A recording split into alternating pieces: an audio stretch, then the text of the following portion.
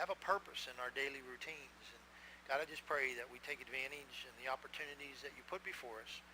And God, as whenever we study, Lord, I pray that you continue just to increase our knowledge, increase our love for you. God, we just thank you and praise you in your Son's name. Amen.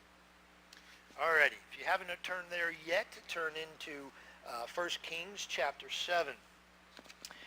We are looking through this and trying to understand a little bit of the importance of, and as we study through this and as I read through this, I come to the understanding of there's a lot of information about buildings. And with all the informations about buildings, sometimes it gets a little bit, so why are we studying this for? What is the importance of this? Well, set something there in 1 Kings 7 and turn to Hebrews chapter 8. I want to just share a little bit about some scriptures. I love when scriptures help each other, when scriptures continue to, I think, prove each other to be true. But in Hebrews chapter 8, what we find here is, obviously we know Hebrews was written by an individual who was well-versed in the Old Testament, well-versed in the Hebrew ways. And in Hebrews chapter 8, looking at verse 14. Hebrews chapter 8, now let's look at verse 4, and then we'll go down through to another chapter. Verse 4 of chapter 8 says, For if he were on earth, he would not be a priest, since there are priests who offer the gifts according to the law, who serve the copy and shadow of the heavenly things, as Moses was divinely instructed when he was about to make the tabernacle. So what we see in Hebrews 8:4 is when it talks about a copy and a shadow, Moses is the one who built the tabernacle in the Old Testament. It's a copy and a shadow of what I think heaven is going to be. And we're going to put that forth in a little bit more light as we study through even tonight. Go to chapter 9, verse 23. Again, the same concept. In verse 23 of chapter 9 of Hebrews, therefore it was necessary that the copies of the things in the heavens should be purified with these, but the heavenly things themselves with better sacrifices than these. For Christ has not entered the holy place made with hands, which are copies of the true, but into the heaven itself, now to appear in the presence of God for us. So they're copies. And so when you're studying through the tabernacle, and you're studying through the temple, and what is yet to come, that God is creating yet for us in heaven for eternity, they're all copies and shadows of what it will be like. And notice how each one is a little better and a little bigger. The tabernacle was of one size and it was of cloth, had a Holy of Holies in it.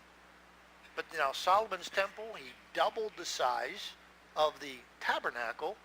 And of course, as we studied through last week, at the end of chapter 6, we realized that the cost of this temple in today's figures would be over $200 to $300 billion for this temple. I mean, he held no expense back in building this temple for God. And so, realizing all those things, can you imagine what the next one's going to look like? What the next temple is going to be that God is going to create. And on Wednesdays, we were studying that as we've gone through the text to see that that was one of the things that the two witnesses came down and they were martyred and they rose back up and they were witnesses of God, and God built the temple.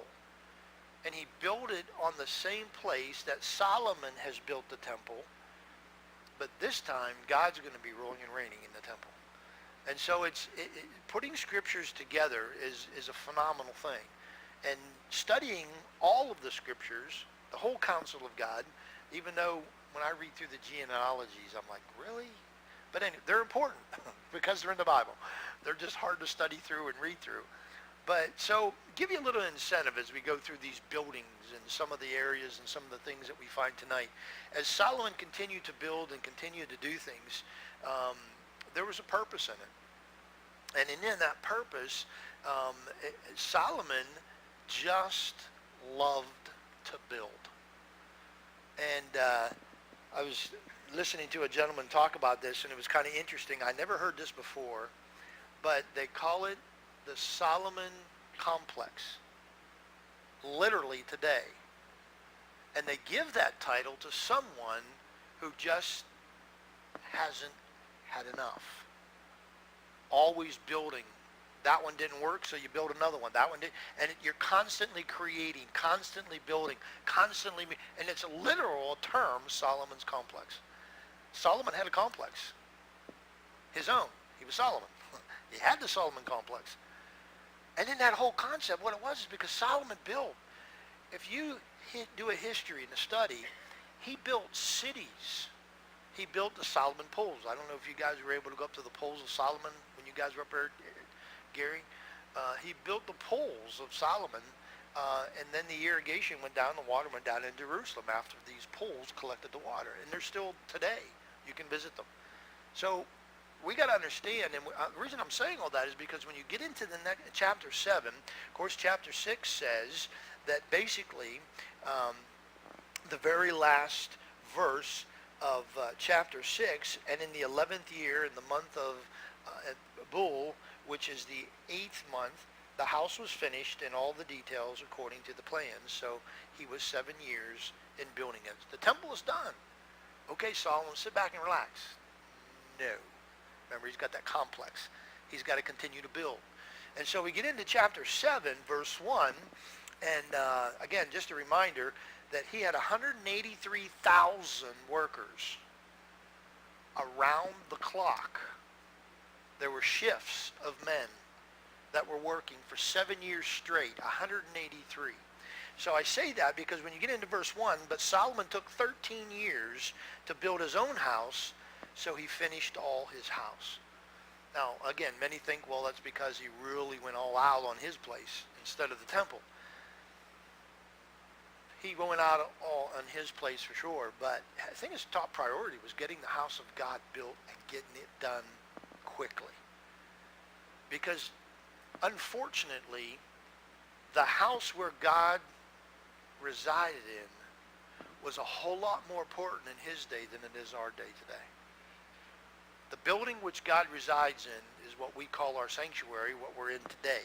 This is a church. This is where we come, the presence of God, Dies Irae, Latin for God is present. It's on our wall. It's what we believe. We know that he is here. And so back then, it was a whole lot more priority to get it done and to be there and to be a part of it. Much more so than it is today. So he put much more manpower into building the temple. He put much more priority in building the temple. And so not everybody, I don't think it's dogmatic for us to say that he spent 13 years because he was building his bigger and better. I think some of the reasons it could be, one is, remember the detailed plans that God gave David? David gave Bathsheba, Bathsheba gave to Solomon. We looked at that in the beginning of chapters. And so the detailed plans to build. Now, I know some of you guys like to mess around in the shop, you like to build things. And how much time does it take you when you have to create the plans as you build, or you have a set blueprint and you just build what's there? Although, if you're like me, most of the times you go a little off grid anyway, and you change the blueprints and you build it how you need to. But the time frame, and I don't think Solomon had detailed plans on how he was going to build his house, or how he was going to build the cities, and how he was going to build everything he was doing. So that could come into play on the difference or the amount of years. Also, again, the workforce. I'm not thinking he still had 183,000 men to build his house. No doubt there was a lot, but was it the same level of intensity with shifts 24 hours a day building and working on the house? So that's a possibility in some of the time frame also. Then the third thing is distractions. Solomon's distractions were great. Again, because he was building so much at the same time. It's amazing. I challenge you to do a study on all the things that Solomon built. In fact, go to Ecclesiastes chapter 2. Set a finger there in 1 Kings and Ecclesiastes 2. Solomon himself, of course, we know that Solomon wrote Proverbs, Song of Solomon, and he wrote Ecclesiastes. And these books are of wisdom, are of quotes. And he wrote this one, Ecclesiastes, towards the latter part of his life, towards the end of his life, and he was reflecting back on all the things that he had accomplished. And in chapter 2, starting in verse 4, I made my works great. I built myself houses, planted myself vineyards. I made myself gardens and orchards, and I planted all kinds of fruit trees in them. I made myself water pools from which to water the growing trees of the grove. I acquired male and female servants, and had servants born in my house. Yes, I had a greater possessions of herds and flocks than all who were in Jerusalem before me. I also gathered for myself silver, gold, and the special treasures of the kings and of the princes. I acquired male and female singers with the delights of the sons of men and the musical instruments of all kind. So I became great and excelled more than all who were before me in Jerusalem. Also my wisdom remained with me. Whatever my eyes desired, I did not keep from them. I did not withhold my heart from any pleasure, for my heart rejoiced in all my labor, and this was my reward for all my labor. Then I looked on all the works that my hands had done, and on the labor in which I had toiled, and indeed all was vanity and grasping for the wind. There was no profit under the sun. Solomon had a problem. He just loved to build and to create and to keep going and bigger and better and building, and you could almost see that in the three things that he wasn't allowed to acquire. We saw that back in Deuteronomy. Before they ever had a thought of a king, God warned them, don't let your king have a lot of wives, a lot of military, and a lot of money. But I think it was within Solomon. He had to have, the bigger the better. He had to have a lot of stuff. And so even in the wrong areas, he was somebody who built. He continued to establish things. So the reason for the 13 years, it can be explained a little differently than just the fact he just put more time and effort into money and wanted his bigger and better than the temple of God. A lot of things going on, a lot of distractions. And again, he just simply never finished. He finished the projects, but he was never content in what he had. And that's an amazing life lesson from Solomon that we can learn tonight. Are you content with what you have? Or do you want more? Do you want something else? Do you want, in today's day and age, a different color? I don't like my car no more because it's not the right color. Well, sorrow, Go into debt because you have like blue instead of white. I don't know. But we have all these things in our lives that we realize that, and I can see it very, very clearly in America, we are not content people. We are not content. And we may have a better handle on it than most, but we still go to the store every week. We still go buy things every week. And so when one thing's wears out, we don't baby it, fix it. We don't run the wheels off of it. We trade it in and get a new one. Or we'll go get something new, something different. And so as we look at this, we can't fault Solomon too much for never being content, because I think we live in a world of discontentment.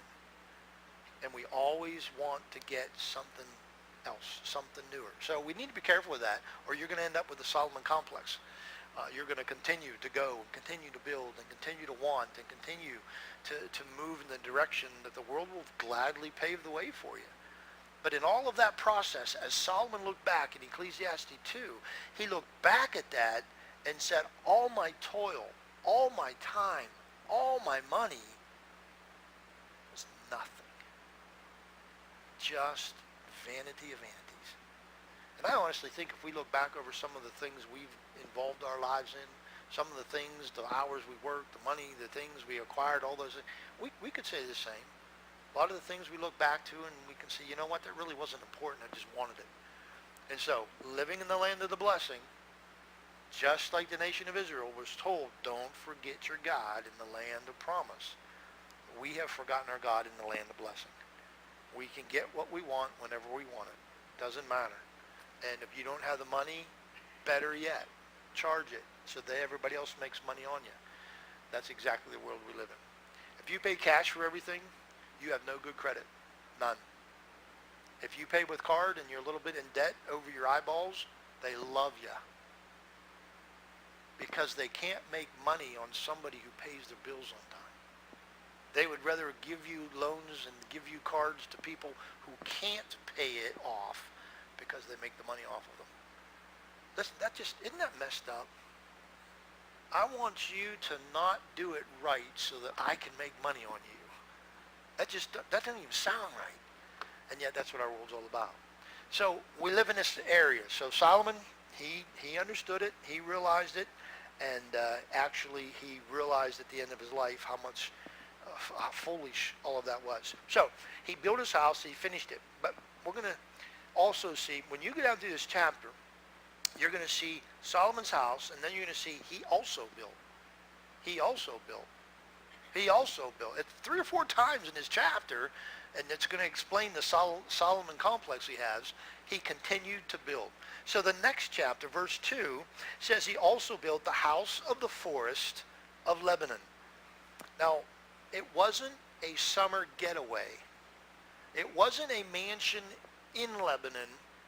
It was a home that was made of all the cedar from Lebanon. Now, I don't remember the square footage of all this. You can figure out, remember a cubic is 18 inches. You guys who like math, figure out the square. It's 2,000 some odd square feet, whatever it is, probably more than that. He built this home of Lebanon. And the best way I can describe it is it was a massive cedar chest times 10. That's what it was. And as we read down through this, look at verse 2. Its length was 100 cubits, its width 50 cubits, and its height 30 cubits, or 3 stories, 4 rows of cedar pillars, cedar beams on the pillars, and it was paneled with cedar. Above the beams that were on 45 pillars, 15 to a row, there were windows with beveled frames in 3 rows. Again, 3 rows be 3 heights, and windows were opposite windows, and the 3 tiers, again, shows the 3 heights. And all the doorways and doorposts had rectangular frames, and windows was opposite the window and the 3 tiers. So you have this massive cedar chest, is what it was. Can you imagine when you walk into that, what it would smell like? Wouldn't it be a heaven almost, you know? I mean, any of you have cedar chests at home? You put your old blankets in, you know, you open them up. It's almost like a gone by thing, right? Now we have plastic totes. We go from cedar chests to plastic totes, really. They're more stackable, right? They're easier to throw away, whatever, I don't know. Well, we have very few. We do have a cedar chest, and I enjoy it. You open it up, but it's only very thin cedar paneled on the inside. It's not solid cedar. But it smells so good when you open it up, put one of them blankets on. But I can't imagine. This whole place smelled of that cedar. So he built that. That was one of the things he built. And then we go into verse 6. He also made the hall of pillars. Its length was 50 cubits, and its width was 30 cubits, and in front of them was a portico with pillars and a canopy in front of them. Then he made a hall for the throne, for the hall of judgment. This is a place where he would sit all day and judge the people. So not only did he build his home, not only did he build this house in Lebanon, now he builds in this area the hall of pillars. Now he's building the hall of judgment where he might judge, and it was also paneled with cedar from floor to ceiling. I'm not sure if cedar gives you wisdom, but after all this and how smart he was, maybe we need to panel our home. I don't know. Get some wisdom from him. It says, in the house where he dwelt had another court inside the hall of like wood workmanship. Solomon also made a house like this hall for Pharaoh's daughter, whom he had taken as wife. So now she gets a cedar chest, or a huge, massive house paneled in cedar. Now is cedar wood expensive? I don't know, Joe, you probably know anything more about cedar wood than anybody here. Absolutely. I mean, it's like 25 a board foot. I don't know, something rough around there. It's expensive. Right. Yeah, and you can't get them at just anywhere. So if you know, a board foot is basically you're paying 25 bucks for 12 inches. Now go panel your whole house. Gives you a perspective of what he just built. He built the hall, he built the home, he built the hall, he built the judgment hall, and then he made another house like this for one of his wives, for Pharaoh's daughter. He was very distracted. He was never done, always having projects, always doing things.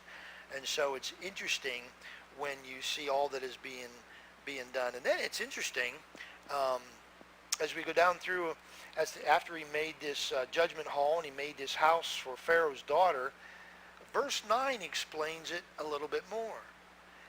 All of these were of costly stones.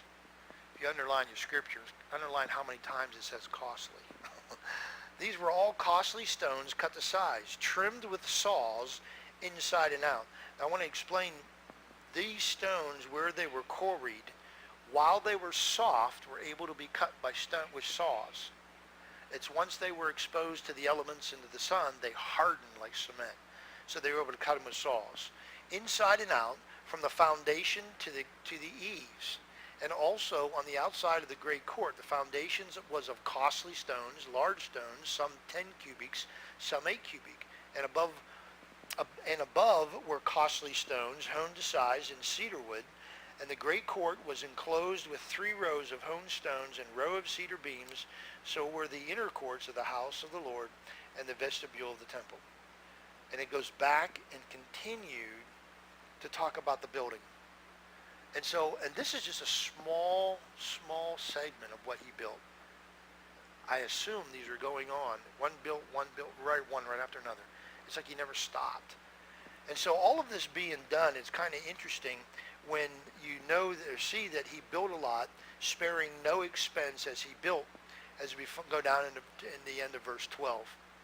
And I found it very interesting when we do that, because when you go down, and we're going to pause for a moment in verse 12, because as I'd mentioned earlier, these are, I think, an ongoing understanding of what is yet to come.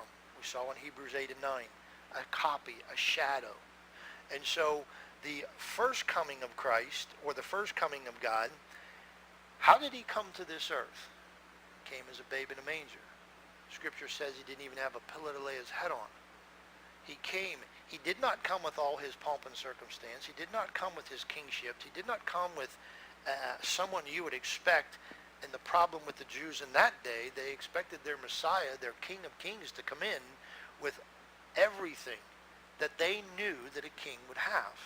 He come in not having anything.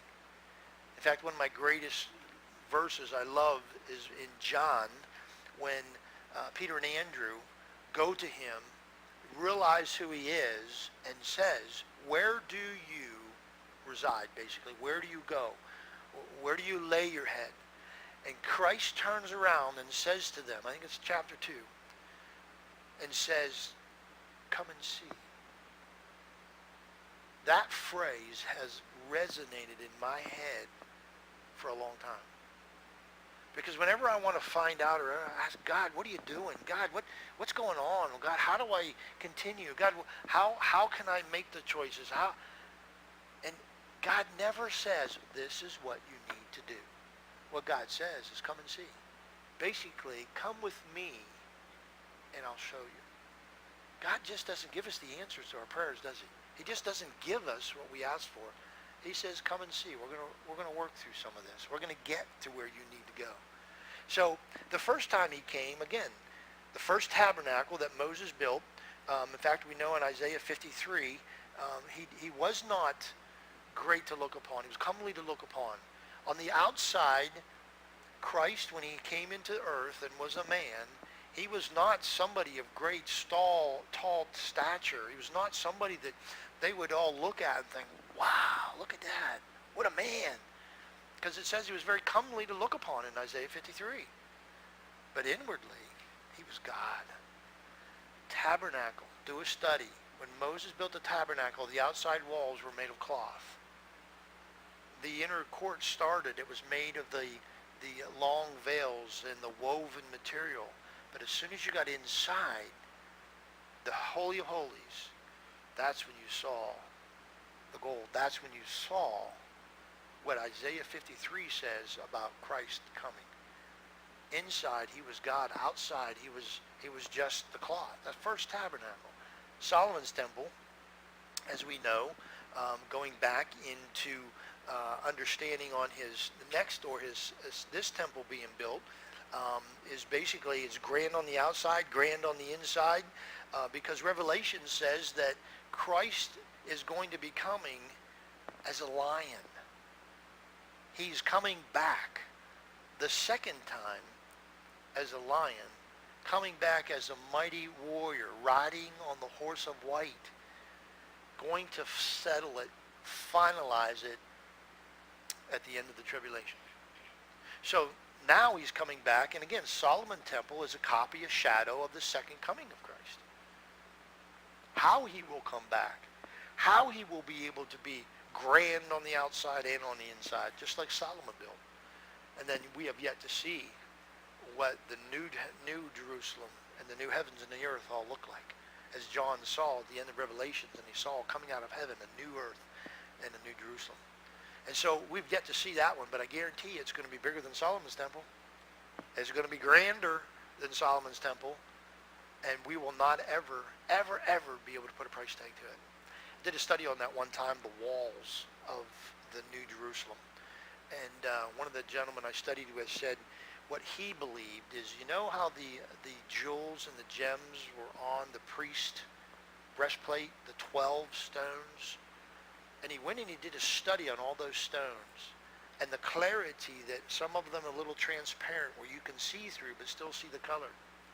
He believed that that's what the walls of Jerusalem are going to be made of. And as the glory of God shines through, you will see the rainbow colors like you've never seen before. Wouldn't it be awesome? Man, you can't wait for that, huh? And Kim and I fortunately, we lucked out when the Aurora Lights was in our area, here about a week before Mother's Day. We drove out to a hillside, and I knew looking north was open, looking west was open, and we got some phenomenal pictures of the Aurora Lights coming out of the sky. And we were standing there in a cemetery. It's all right. We were standing in a cemetery. I was out of the truck. Kim did eventually come out of the truck. Cemeteries are her favorite place. So, and we were standing there, and they started, we just seen them. And I got a picture when I did the panorama, going all the way around, and it circled us and went up straight like an umbrella. And it was like, and that's not even close to what heaven's going to be like. But it was phenomenal. That's off my bucket list. And I have one problem with that. My bucket list is getting smaller. I need to start adding something to my bucket list. But that was one of them. I was going to see the Aurora Lights. I wanted to go into Alaska and see them, but it's all right. Brookfield Wood Products was the best I got. Anyway, but I can't imagine what heaven's going to be like. I can't imagine what the temple, what the Jerusalem is going to be like that God is still making. According to John 14, I go to prepare a place for you, and if I go to prepare a place for you, I'll come again and receive you unto myself, that where I am, there you will be also. He's still preparing. How do we know he's still preparing? Because we're still here. We're still here. Even after Solomon spent 7 years with 183,000 men, making billions worth, billions of a building, it's nothing compared to what God's going to do. And I want to tell you, it just blows my mind away to think of how these can be foreshadowing and how this can be going. So I think as Christ comes back in the second coming, this temple that he is building is a little bit of, could be a possibility of a shadow of what Christ will be coming as a lion, coming to conquer and coming to basically rule and reign. So, verse 13. King Solomon sent and brought Huram from Tyre. He was the son of a widow from the tribe of Naphtali, and his father was a man of Tyre. His mother was from the Jews, his father was not. So, his heritage of the Jews came from his mother, and his father was a man of Tyre, a bronze worker. He was filled with the wisdom and understanding and the skill in working with all kinds of bronze work. So he came King Solomon. Now, so what? He was craftsman. Who filled him? Who filled him? What's it say he filled him with? Wisdom, understanding, and skill. Who filled him? You think God had something to do with that? Turn back to Exodus 31. Exodus 31. Moses is building the tabernacle.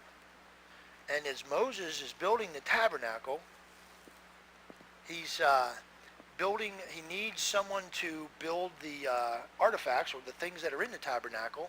And verse 31 of Exodus, then the Lord spoke to Moses, saying, see, I have called by name Bezalel, the son of Ur, the son of Hur, of the tribe of Judah, and I have filled him with the Spirit of God in wisdom, understanding, and in knowledge, and in all manner of workmanship. Kim and I were talking. She's embarrassed, but that's right. Kim and I were talking. I said, you know, God has gifted you with creativity to decorate. Do it.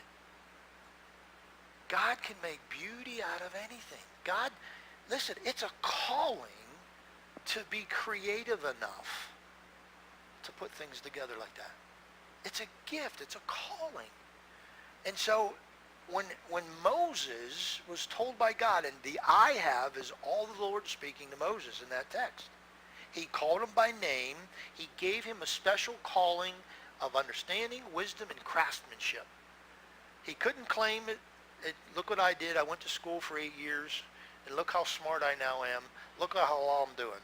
Listen, every one of us have a calling from God by name. He has gifted us. He has given us certain abilities.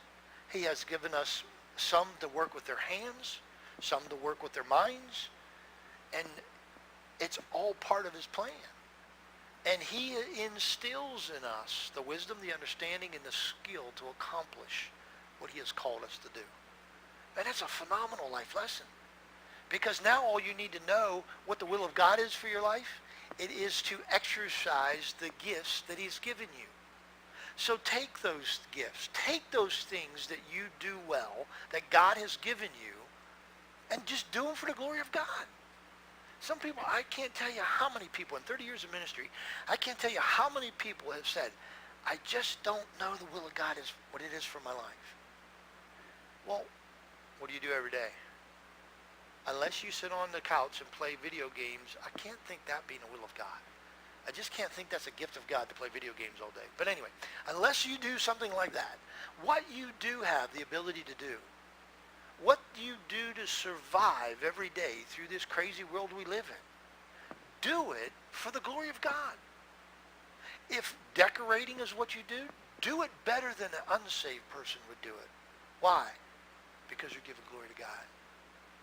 If you do anything, you name it, work with wood, tech, music, anything, teach, all of those things, you should do them better than the world. Why? Because God's filled you. He's given you wisdom and understanding and the gift to do it. That's what upsets me, just 0 to 60. And I don't get 0 to 60 very often.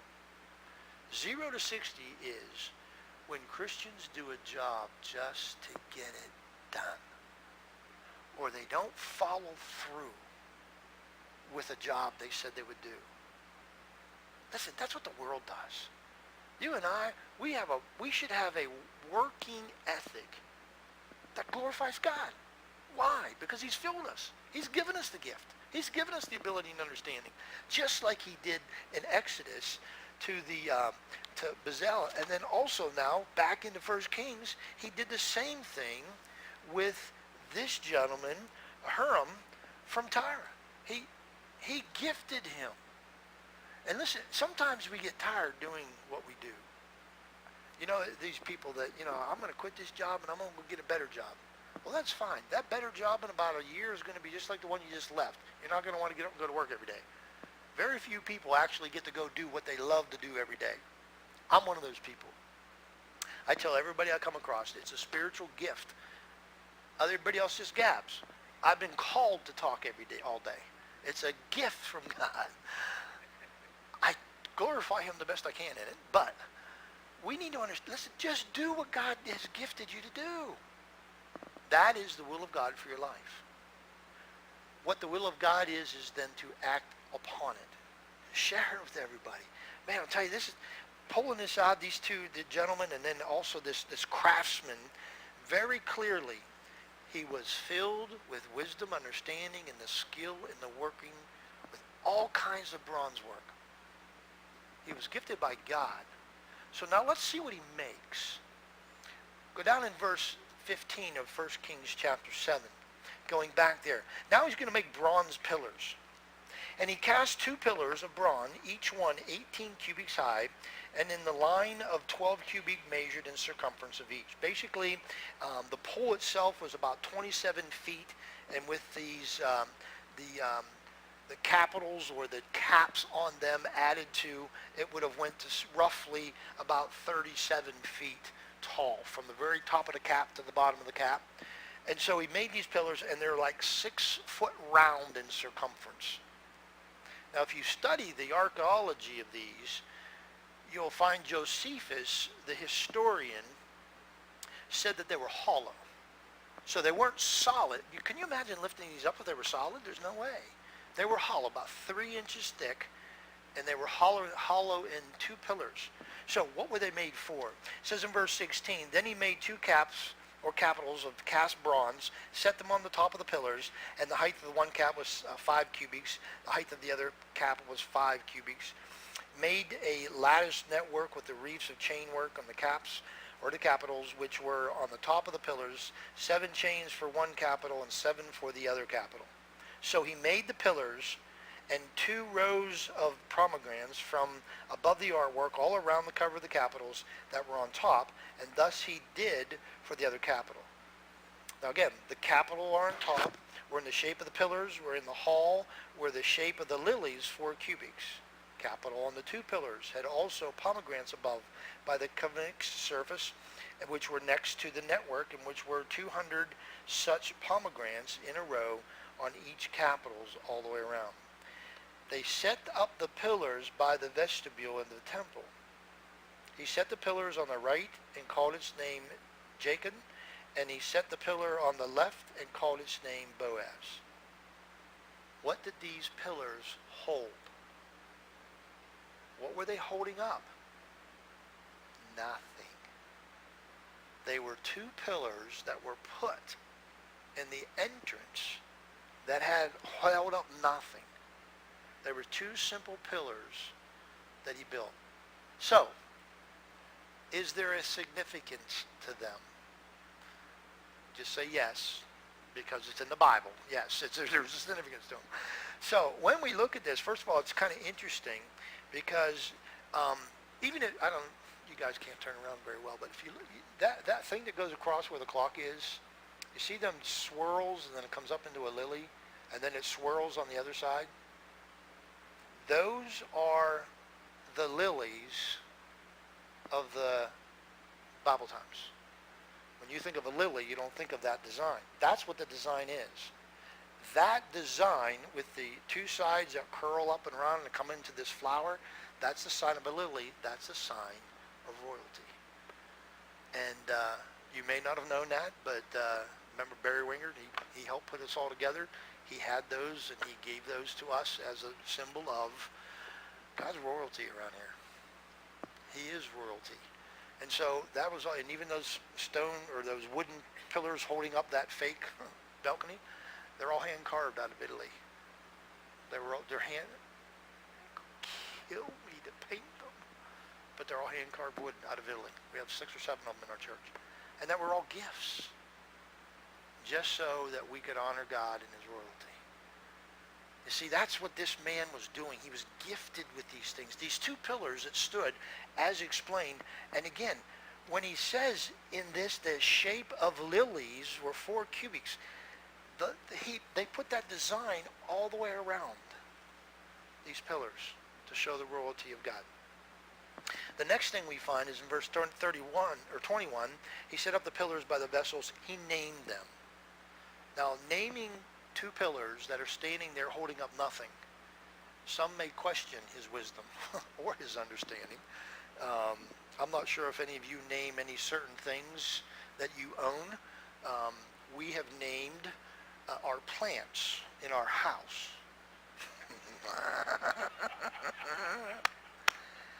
If I'm lying, I'm dying. I'm telling you now. We take them to North Carolina in seat belts.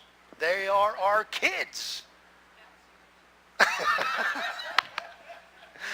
They are our kids. We can't leave them here because if nobody's here to water them, they're going to die. We got to take them. I built them in the back seat. They go to North Carolina. Wow. Yeah. On that note, let's see what this means. It's amazing what we do.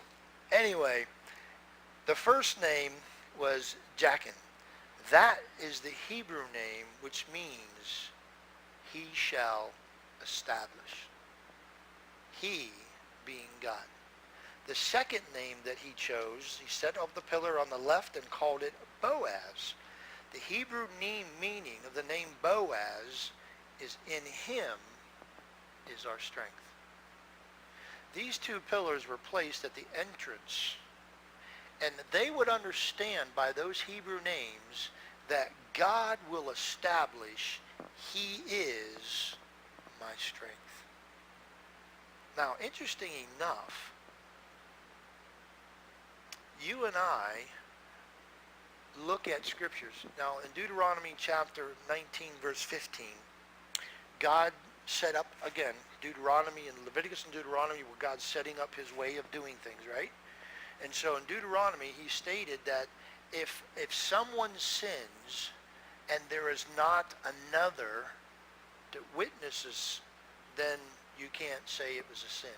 But in the mouth of 2 or 3 witnesses, proof was made. It said the same thing in the New Testament, in Matthew.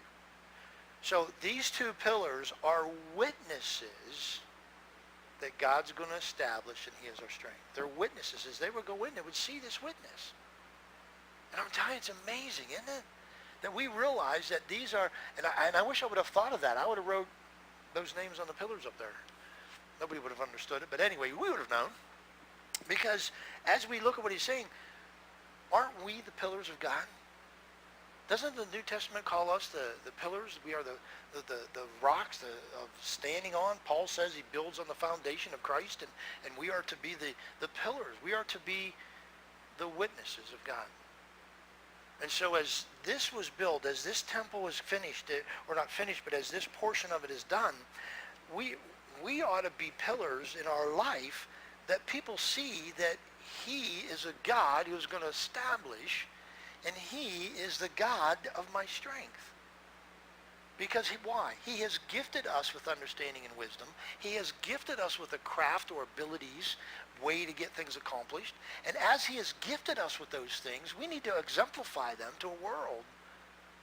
Because I'll tell you, and I know I've used this illustration before, but I went back and spoke in my high school years after I graduated, and their teachers were all standing backstage wanting to see if the Kevin Orndorff they knew was the same guy coming to preach. No way. No way was that the same guy. And I walked in and I just said, hey, grace of God, what are you going to do? And that surprised you, Kathy? Kathy's back to laughing. This shouldn't surprise anybody. But anyway, why? At that moment, what did I become? I became a pillar of God's grace. I became a pillar saying God establishes. God strengthens. God makes us who we could never be without him. That's who we need to be. God picks us up when we hurt. God picks us up when we fall down. God picks us up and creates us, and through our all bad or bad choices and whatever we've done, he picks us up, establishes us, and allows us to be something we never thought we'd be. So studying through all this and understanding some of this concept and pulling it into a perspective, it's just amazing to me. And again, I think Deuteronomy 19:15, as it brought out by mouth of 2 witnesses, and these pillars are witnessing for our God how great he is. So you and I, Go be a pillar. Go be a testimony for God. Because I think a lot of us, listen, I realize, the older we get, and I'm not making fun, the older we get, the harder it is. I mean, it's life. And it's hard to get up and do some of the things we used to do. It's hard to be able to go after it as fast and as furious as we used to. And that's just life. But there's still something you can do.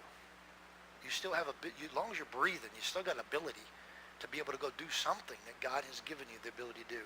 Call somebody up. Encourage them with a card. Send them a card. Bake a plate of cookies. Do what God has given you the ability to do. Play it forward to the people that you know need it. And you will become a pillar for the cause of Christ. And that's exactly what we need to be. Let's pray. God, we thank you. We thank you for this study tonight. And I pray as we continue to just understand it and apply it to our lives, that we do so in a way that really just encourages us. God, we don't know what strength we're going to need tomorrow. We don't know what wisdom we're going to need and understanding we're going to need. But you've given it to us already. And God, you have prepared everything we need, that when we wake up in the morning, it's there. And God, I just pray as we look into a new day tomorrow, that we look into it with a joy. We look into it with an excitement to see what opportunities we may have. And God, we just thank you for how you care for us and how you blessed us. And God, even through the understanding of some of the Old Testament ways, all along, you have and are preparing for that final day when we will be with you forever and ever. And God, we just